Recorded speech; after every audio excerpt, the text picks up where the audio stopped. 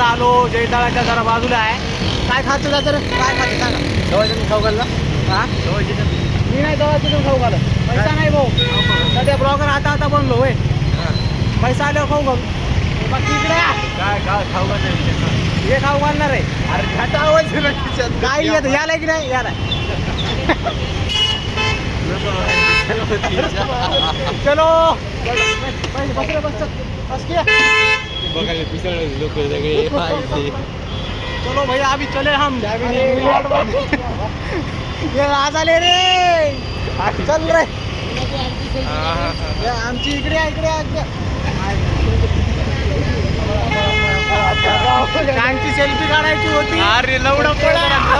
आमचं गाव कोण आलो.